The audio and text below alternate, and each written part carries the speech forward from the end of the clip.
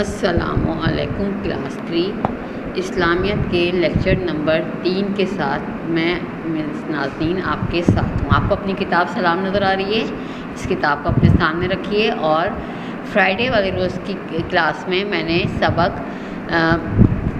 نبی کریم کی مکی زندگی آپ کو پڑھایا تھا، اس کے 2 پیجز آپ کو پڑھائے تھے، صحیح ہے۔ اب ہم اس کا آگے کا جو ہے ہم اس کو پڑھیں گے اور سمجھیں گے، صحیح ہے۔ اور اس کے میں نے آپ کو 2 سوال کروا دیے تھے۔ اب آگے کا کام ہم کریں گے، ہم اپنی کتاب کھولتے ہیں، سبق نبی کریم کی مکی زندگی۔ جو فرائیڈے کو میں نے پڑھایا تھا اس میں آپ کو بتایا تھا کہ حضرت عبد المطلب کی وصیت کے مطابق نبی کریم کی پرورش جو ہے وہ ان کے چھوٹے بیٹے حضرت ابو طالب کے ذمے آئی، اور آپ صلی اللہ علیہ وسلم اپنے دادا کے انتقال کے بعد اپنے چچا کے گھر میں آ کر رہنے لگے تھے۔ آپ کے چچا نے آپ کو بہت محبت سے رکھا اور آپ ان کے ساتھ جو ہے رہتے تھے۔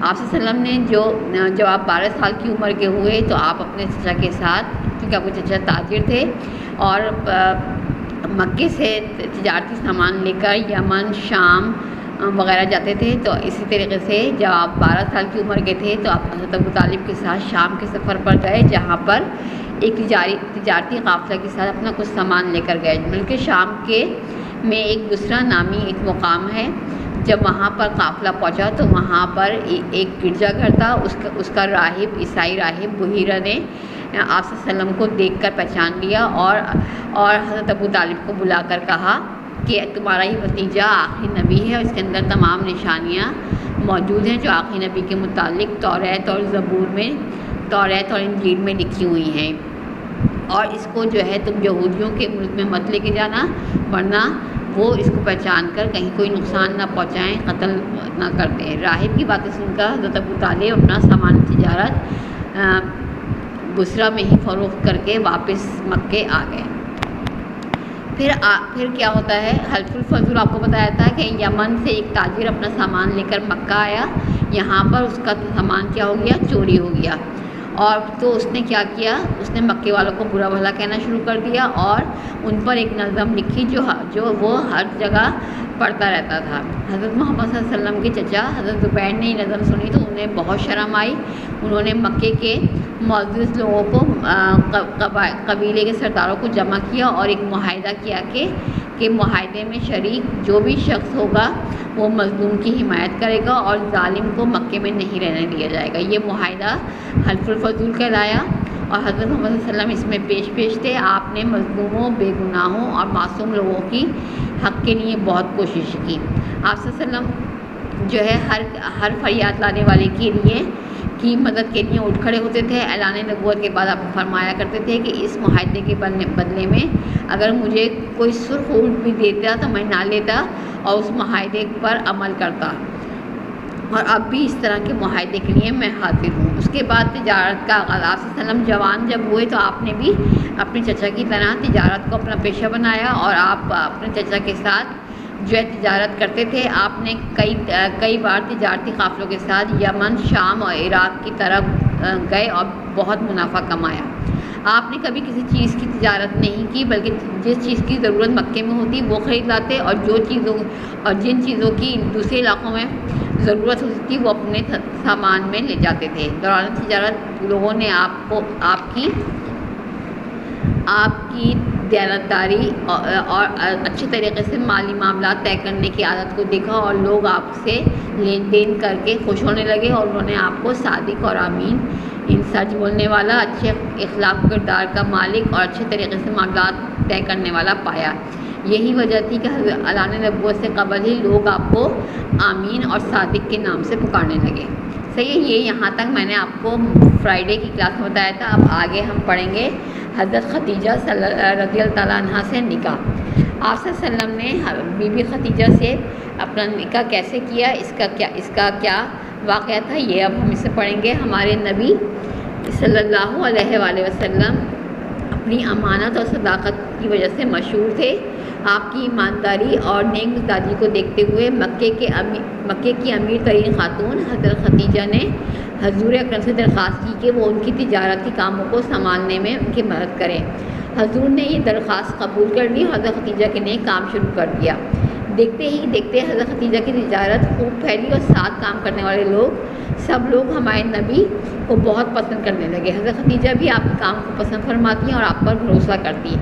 کچھ عرصے میں حضور نے حضرت ختیجہ سے نکاح فرمایا۔ وہ نہ صرف اچھی بیوی تھی بلکہ حضور کی بہت اچھی دوست اور ساتھی بھی تھی۔ وہ حضور صلی اللہ علیہ وسلم کا بہت خیال رکھتی تھیں اور اسلام پر ایمان لانے والی سب سے پہلی خاتون بھی تھی۔ جب حضور صلی اللہ علیہ وسلم پر پہلی وحی اتری اور آپ نے اس معجزے سے پریشان ہوئے تو اس وقت بھی حضرت ختیجہ نے آپ کو سنبھالا۔ اعلان نبوت کے بعد تمام مشکل مرحلوں میں حضرت ختیجہ نبی کریم کے ساتھ رہیں، یعنی آپ صلی اللہ علیہ وسلم نے حضرت ختیجہ کا تجارت فروغ کیا۔ وہ آپ کے کردار اور اچھے لین دین کے عادت سے بہت متاثر ہوئیں اور آپ کو نکاح کا پیغام دیا اور آپ نے اس درخواست کو قبول کیا، اور اس طرح وہ آپ کی زندگی میں آپ کی زوجہ بن کر آ گئیں۔ انہوں نے ہر موقع پر آپ کا خیال رکھا۔ جب آپ پر پہلی وحی اتری اور آپ صلی اللہ علیہ وسلم پریشان ہوئے تو انہوں نے آپ کو سنبھالا اور ہر موقع پر آپ کا ساتھ دیا۔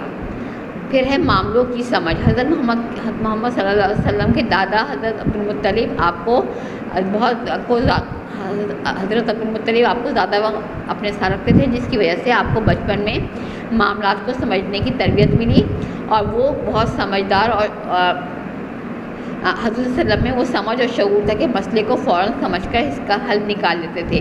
مزاج میں لوگوں کی محبت، معصوموں اور مظلوموں کے لیے ہمدردی جیسے عادات نے آپ کو مکے کے لوگوں کا ایک مقبول رہنما بنا دیا تھا۔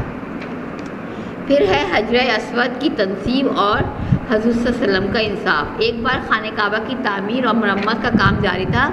خانہ کعبہ کی دیواریں کمزور ہو گئی تھیں تو اس کو دوبارہ سے اس کو مرمت کیا جانا تھا۔ سارے قبیلوں نے اس کی تعمیر میں حصہ لیا، لیکن جب دیوار میں حجر اسود نصب کرنے کا وقت آیا تو ہر قبیلہ چاہتا تھا کہ وہی یہ کام کرے۔ اس بات پر جھگڑا شروع ہو گیا اور نوبت یہاں تک پہنچی کہ تلواریں نکل آئیں۔ کئی دن اس جھگڑے میں گزرے تو قریش کے ایک بڑے شخص نے مشورہ دیا کہ اس جھگڑے کا فیصلہ اس شخص کے حوالے کر دو جو صبح سب سے پہلے حرم میں داخل ہو، یعنی خانہ کعبہ میں داخل ہو۔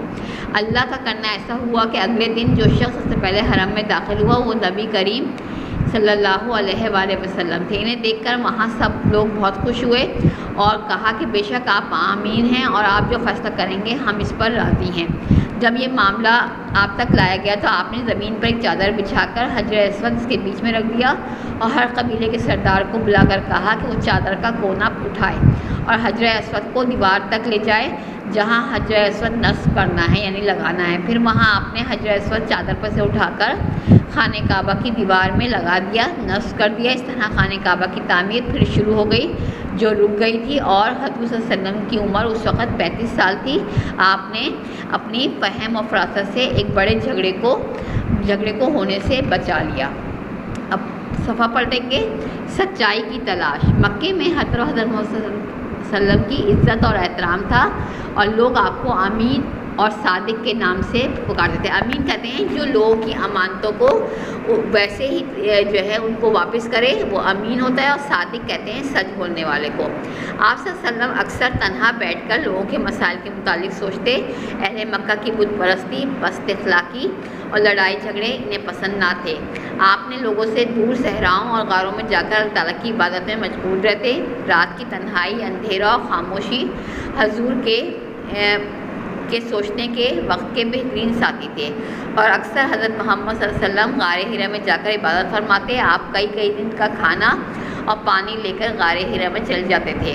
جب حضرت محمد صلی اللہ علیہ وسلم کی عمر 40 سال تھی تو آپ رمضان کے مہینے میں معمول کے مطابق غار حرا میں عبادت کے لیے گئے۔ وہاں ایک عجیب واقعہ پیش آیا۔ حضرت جبرائیل غار حرا میں تشریف لائے اور اللہ کا پیغام، جسے وحی کہتے ہیں، حضور تک پہنچاتے ہوئے کہا پڑھیے۔ اس موقع پر قرآن کی پہلی آیت نازل ہوئی، اقرا بسم ربک الذی خلق۔ ترجمہ، پڑھیے اپنے رب کے نام سے جس نے پیدا کیا۔ صحیح، یہ جو ہے میں نے آپ کے سامنے اس کو پڑھا اور سمجھایا آپ کو کہ آپ صلی اللہ علیہ وسلم پر پہلی وحی جو ہے غار حرا میں نازل ہوئی تھی، اور جب حضرت جبرائیل ان کے پاس وحی لے کر آئے، وحی اسے کہتے ہیں جو اللہ تعالیٰ کی طرف سے پیغام اللہ تعالیٰ کے فرشتے حضرت جبرائیل علیہ السلام لے کے آتے ہیں، وہ وحی کہلاتا ہے۔ انہوں نے پہلی آیت جو آپ صلی اللہ علیہ وسلم کو پڑھائی وہ تھی اقرا بسم ربک الذی خلق، جس کا ترجمہ ہے پڑھیے اپنے رب کے نام سے جس نے پیدا کیا. صحیح ہے. یہ آپ نے سبق نبی کریم کی مکی زندگی آپ نے سنا اور اس کو سمجھا. اس کے 2 سوال میں نے آپ کو کروا دیے تھے. پہلا سوال تھا حلف الفضول کیا ہے اور معاہدے کی وجہ کیا تھی، اور دوسرا حضور صلی اللہ علیہ وسلم نے حلف الفضول میں شامل ہو کر کیا کیا کام کیے. اب ہم تیسرا سوال کریں گے شام کے سفر کے دوران کیا واقعہ پیش آیا. صحیح ہے. بورڈ پہ چلتے ہیں اور سوال نمبر 3 کرتے ہیں. کلاس 3 یہ دیکھیں بورڈ پر جو ہے یہ آپ کا کام بورڈ پہ لکھا ہوا ہے، اور آپ جو ہیں سوال نمبر 2 کے نیچے سوال نمبر 3 لکھیں گے شام کے سفر کے دوران کیا واقعہ پیش آیا. تو سوال نمبر 3 کا جواب ہے آپ صلی اللہ علیہ وسلم اپنے چچا کے ساتھ شام کے تجارتی قافلے میں گئے تو بسرا نامی جگہ پر جب یہ قافلہ رکا تو وہاں عیسائی راہب بحیرہ نے آپ صلی اللہ علیہ وسلم کو پہچان لیا اور حضرت ابو طالب سے کہا تمہارا یہ بھتیجا آخری نبی ہے، اس کو یہودیوں کے علاقے میں نہ لے جاؤ، وہ اسے پہچان کر کہیں قتل نہ کر دیں. یہ سن کر جناب ابو طالب نے اپنا سارا مال وہیں فروخت کیا اور آپ صلی اللہ علیہ وسلم کو لے کر واپس مدینہ آ گئے. صحیح ہے. یہ آنسر آپ اپنی کاپی میں لکھیں گے. اور اب میں سوال نمبر 4 آپ کو کرواؤں گی اور اس طرح ہی 2 سوال آپ نے اپنی کاپی میں کرنے ہیں. صحیح ہے. اس کا آپ کو اسکرین شاٹ جو ہے وہ آپ کو مل جائے گا اس سوال کا جو آپ کے لیکچر کے ساتھ ہوگا. ٹھیک ہے بیٹا. اور اب میں سوال نمبر 4 جو ہے بورڈ پہ لکھنے. اوکے کلاس 3 دیکھیں 4تھا سوال میں نے لکھا ہے وحی کسے کہتے ہیں. وحی کسے کہتے ہیں؟ وحی اللہ تعالیٰ کا وہ پیغام ہے جو حضرت جبرائیل علیہ السلام جو اللہ تعالیٰ کے سب سے مقرب فرشتے ہیں، جو تمام نبیوں کے پاس جن کے اوپر کتابیں نازل ہوئیں ان کے پاس اللہ کا پیغام لے کے جاتے ہیں. تو حضرت جبرائیل علیہ السلام نبی کریم کے پاس لے کر آتے تھے، اسے وحی کہتے ہیں. صحیح ہے.